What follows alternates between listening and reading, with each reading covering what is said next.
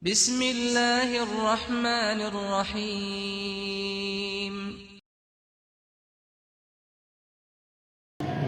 إن الحمد لله نحمده ونستعينه ونستغفره ونعوذ بالله من شرور أنفسنا ومن سيئات أعمالنا من يهده الله فلا مضل له ومن يضلله فلا هادي له أشهد أن لا إله إلا الله وحده لا شريك له وأشهد أن محمدا عبده ورسوله لا نبي ولا رسول بعده اللهم صل وسلم على نبينا محمد وعلى آله وصحبه أجمعين أما بعد فيا عباد الله إني أوصيكم بنفسي وإياي بتقوى الله وطاعته فقد فاز المؤمن المتقون حيث قال الله تعالى في كتابه الكريم أعوذ بالله من الشيطان الرجيم يا أيها الذين آمنوا اتقوا الله حق تقاته ولا تموتن إلا وأنتم مسلمون وقال يا أيها الذين آمنوا اتقوا الله وقولوا قولا سديدا يصلح لكم أعمالكم ويغفر لكم ذنوبكم ومن يطع الله ورسوله فقد فاز فوزا عظيما. Kaum muslimin sidang jamaah Jumat rahimakumullah. Alhamdulillah, bersyukur kita kepada Allah atas limpahan nikmat yang banyak Allah berikan kepada kita.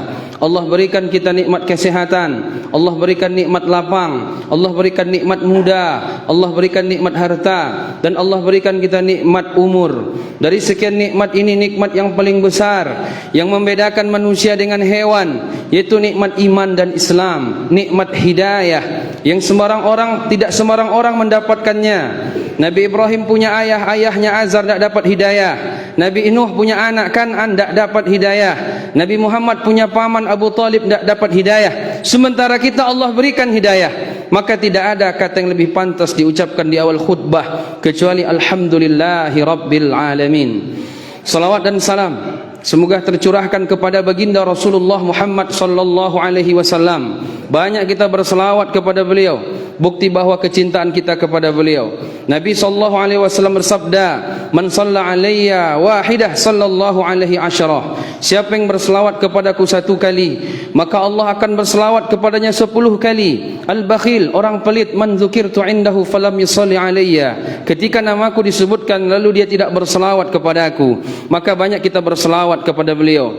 Kaum muslimin sidang jamaah Jumat rahimakumullah. Dari mimbar ini khatib berwasiat kepada diri khatib pribadi dan kepada jamaah sekalian, hendaknya selalu meningkatkan ketakwaannya kepada Allah Subhanahu wa taala. Tidak ada guna hidup kalau tidak makin hari makin dekat kepada Allah. Maka Allah mengatakan dalam Al-Qur'an, "Wa tazawwadu fa inna khairaz zadi taqwa." Berbekallah karena sebaik-baik bekal adalah ketakwaan kita kepada Allah Subhanahu wa taala. Yauma la yanfa'u malun wala banun illa man atallah biqalbin salim. Pada hari tidak ada manfaat harta dan anak kecuali orang yang datang kepada Allah dengan hati yang selamat, biqalbin salim. Kaum muslimin sidang jamaah Jumat rahimakumullah, kita memahami bahwa kita adalah dari Nabi Adam alaihi salam. Allah ciptakan manusia ini asal muasalnya dari Nabi Adam alaihi salam. Sebagaimana Allah berfirman, "Inna mathala Isa kamathali Adam. Khalaqahu min turab, thumma qala lahu kun fayakun." Perumpamaan Isa sebagaimana Adam yang Allah ciptakan dia dari tanah. Allah katakan kepadanya kun fayakun, jadi maka jadilah. Rasulullah sallallahu alaihi wasallam juga bersabda dalam satu hadis dari Imam Ahmad, apa kata Nabi sallallahu alaihi wasallam? "Wan nasu banu Adam." Manusia adalah anak Adam. Manusia adalah anak cucu cicit Nabi Adam. Wa Adam min turab, dan Nabi Adam diciptakan dari tanah. Maka kaum muslimin jamaah Jumat rahimakumullah, kita sepakat bahwa kita pelanjut misi Nabi Adam alaihissalam, yaitu untuk mentauhidkan Allah Subhanahu wa taala. Dan Nabi Adam punya musuh yang bernama iblis, dan itu sampai kekal sampai hari kiamat datang. Maka kaum muslimin yang dimuliakan Allah Subhanahu wa taala, kita dari Nabi Adam. Jadi jangan sampai ada pemahaman bahwa kita bukan dari Nabi Adam, sebagaimana diajarkan di sebagian sekolah. Bahkan itu masuk dalam kurikulum, sebagaimana yang dijelaskan oleh pakar-pakar pendidikan Islam, khususnya di Indonesia, bahwa di Indonesia kita umumnya kurikulum masuk ke sekolah yang bernama teori evolusi, teori Charles Darwin, yang mengatakan bahwa manusia dari monyet. Yang namanya monyet binatang, yang namanya binatang dia cuma berpikir satu, survive, bertahan hidup. Kaum muslimin sidang jamaah Jumat rahimakumullah, sehingga merusak apa tujuan pendidikan, sehingga merusak apa tujuan dia dihidupkan di dunia. Maka jamaah yang dimuliakan Allah Subhanahu wa taala, dalam khutbah Jumat yang singkat ini, khatib akan membahas ini sedikit. Jemaah yang dimuliakan Allah Subhanahu wa taala, ketika kurikulum ini dimasukkan ke dalam kurikulum sekolah-sekolah anak kita, maka ini tidak bisa dianggap sepele bahwa manusia dikatakannya diciptakan dari monyet, diciptakan dari simpanse. Tidak benar. Kita diciptakan dari Nabi Adam alaihissalam. Allah ciptakan kita lewat kakek kita, yaitu Nabi Adam alaihissalam, bukan dari binatang. Ini diajarkan di sekolah. Maka ketika itu masuk di alam bawah sadar anak kita, sehingga anak kita tadi dia pun besar jadi orang tua, dia akan memahamkan kepada anaknya bahwa kita yang penting di dunia bisa bertahan hidup. Sehingga lahirlah satu teori, namanya teori primer, teori yang hanya membangun fisik tapi tidak membangun jiwa. Apa itu teori primer? Teori sandang, pangan, papan. Asal dia sudah punya sandang, pakaian, asal dia sudah punya pangan, makan, asal dia sudah punya papan rumah, maka selesai. Tidak ada tujuan hidup lebih daripada itu. Tahukah jamaah yang dimuliakan Allah Subhanahu wa taala, efek negatif teori evolusi yang diajarkan dalam sekolah, yang itu masuk dalam kurikulum, dipaksa masuk ke otak anak-anak kita, efeknya ada 3. Yang pertama, bahwa gara-gara teori evolusi, anak tadi jauh dari Allah, sehingga dia tidak tahu apa tujuan hidup Allah menciptakan dia.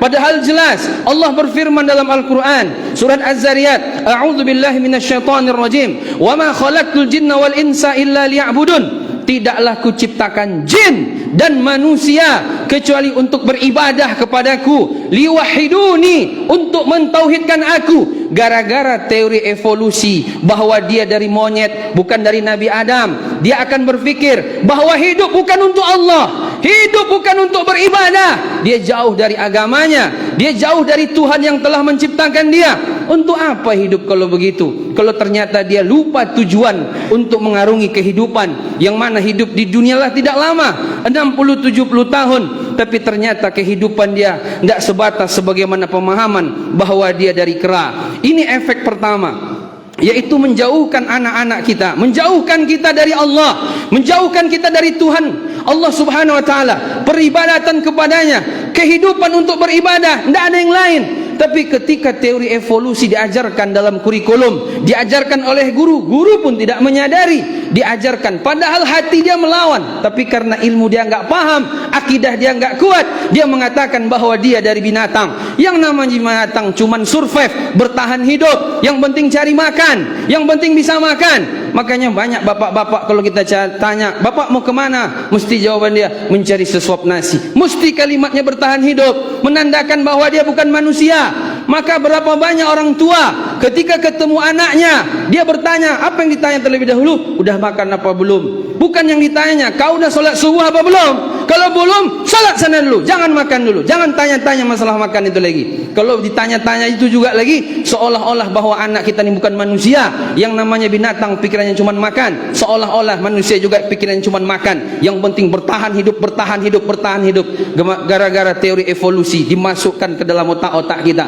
Ini efek negatif pertama dari teori evolusi yang diajarkan dalam kurikulum pendidikan. Efek negatif kedua, bahwa gara-gara diajarkan teori evolusi manusia dari monyet, ini mengakibatkan memutus rantai perjuangan para nabi. Sebagaimana Allah berfirman dalam Al-Quran, apa kata Allah Subhanahu wa taala dalam surat An-Nahl ayat 36, walaqad ba'atsna fi kulli ummatir rasul, kami telah mengutus setiap umat ada rasul. Nabi Muhammad dulu dia berdagang. Nabi Muhammad awal sebelum dia jadi nabi dan rasul, dia sebagaimana kehidupan pada umumnya, dan beliau terkenal dengan Al-Amin, orang yang jujur luar biasa. Tapi ketika dia sudah diangkat jadi nabi dan rasul, yang dinomorsatukan adalah Islam, yang dinomorsatukan perjuangannya.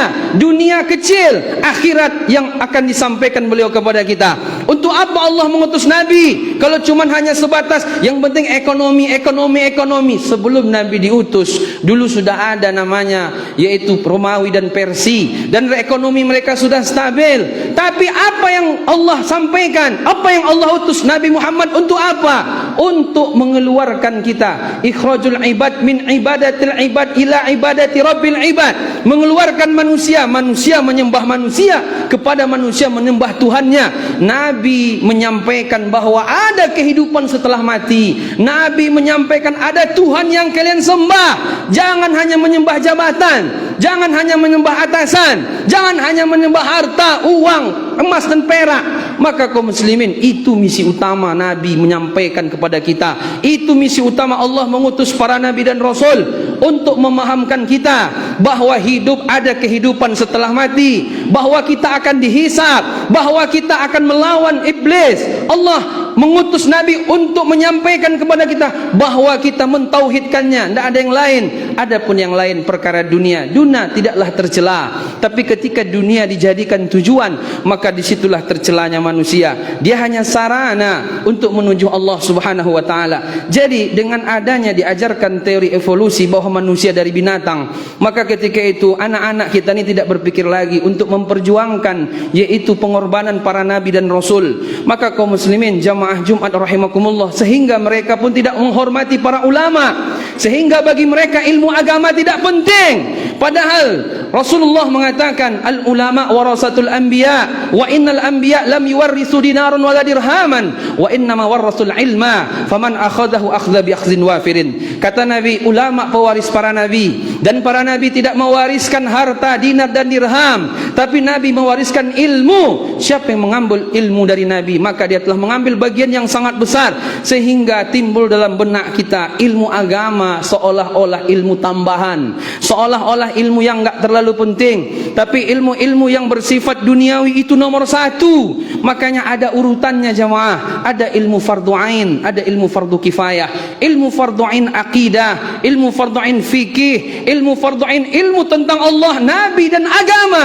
Tapi ilmu-ilmu yang lain selain daripada itu ilmu fardu kifayah. Bahkan sebagian ulama mengatakan kalau orang sudah banyak belajar, jauhi ilmu itu biar kita jangan sampai ketinggalan ilmu agama. Makanya ada seorang sahabat mengatakan, al ilmu katsir wal umru qasir khutmat tahtaj ilaihi min amri dinik. Ilmu sangat banyak sementara umur kita terbatas. Ambillah ilmu agama karena itu bermanfaat kepada agama kita. Maka Profesor Dr. B.J. Habibie di akhir sebelum beliau meninggal pernah dia ceramah kalau tidak salah di Mesir. Dia menyampaikan beliau hebat, beliau soleh, beliau luar biasa, punya hak paten, pandai buat pesawat luar biasa. Dia mengatakan kalau saya dikasih pilihan dulunya waktu masih muda, dipilih mana? Ilmu tentang agama, Quran Sunnah, atau ilmu tentang teknologi? Saya akan pilih Quran Sunnah. Sekarang dia, waktu itu dia baru sadar di umur 80 tahun. Apakah kita tunggu sadar di umur 60 tahun? Kita sebenarnya sudah sadar. Cuman kesadaran kita ini tidak kita kasih ke anak kita yang masih tamat SMP, yang masih tamat SD. Lalu kita biarkan mereka sadar sebagaimana kita sadar setelah umur 60 tahun. Itu dosa orang tua, itu masalah orang tua. Anak tidak bertauhid, anak rusak, anak tidak paham agama, orang tua yang salah. Makanya dalam Quran Allah katakan ku anfusakum wa ahlikum naro. Wahai orang-orang beriman, ya ayyuhalladzina amanu ku anfusakum wa ahlikum naro, jaga dirimu dan keluargamu dari api neraka. Jadi kata para ulama, kalau ada orang tua mati meninggalkan anak tidak paham agama, berarti menyiapkan anaknya masuk neraka. Wahai anak muda, tidak usah bergaya. Kita punya harta banyak, kita punya kemampuan, kita punya kecanggihan. Kamu kalau tidak soleh, tidak taat kepada Allah, gagal. Menyesal orang tuamu di pintu kubur ketika kamu tidak paham dengan ilmu agama. Yang salah bukan kamu, tapi orang tuamu. Karena Nabi mengatakan, kullu mauludin yuladu alal fitrah, fa abawahu yuhawidanihi, au yunassiranihi, au yumajjisanihi. Setiap anak lahir suci, bersih, bertauhid, tapi orang tua yang bikin dia Yahudi, orang tua yang bikin dia Nasrani, orang tua yang bikin dia Majusi. Nah, efek negatif yang ketiga dari teori evolusi yang diajarkan di sekolah bahwa kita dari monyet bukan dari Nabi Adam, ini membuat dia cinta gila sama dunia. Sehingga dalam otak dia materi. Time is money. Setelah saya pelajari ini Yahudi, waktu adalah uang, ini Yahudi. Yang mana orang Yahudi mereka tidak percaya dengan hari ketika besok di hari kiamat. Mereka sebenarnya percaya aslinya, cuman mereka melawan. Qalu ya Musa lan nu'mina laka hatta narallah jahratan. Wahai Nabi Musa, wahai Musa, kami tidak beriman kepadamu sampai kami nampak langsung dengan Allah. Jadi yang nampak-nampak ni yang selalu dipandangkan kepada anak-anak kita. Kerja segini gajinya, kerja ini hasilnya. Sementara pahala kan besok kelak nanti di hari kiamat. Maka kaum muslimin secara selalu dipahamkan fisik kepada kita ni. Makanya dalam Quran Allah membuka orang bertakwa itu siapa? Alladzina yu'minuna bil ghaib, yang mereka beriman kepada yang tidak nampak. Oleh ulama-ulama akidah menjelaskan, kita beriman dengan yang gaib, sesuatu yang tidak nampak seperti nampak di hadapan mata kita. Kita mengatakan neraka itu ada sebagaimana ada buku di depan saya ni, surga itu ada sebagaimana buku depan saya ni, meskipun tidak nampak. Begitulah keyakinan kita. Maka selalu akhirnya anak-anak ni berpikir, kalau tidak ada duitnya saya enggak mau berjuang, kalau tidak ada duitnya saya enggak membela agama, kalau tidak ada duitnya saya enggak mau. Apa beda dengan orang kafir? Sehingga dia berpikir angka.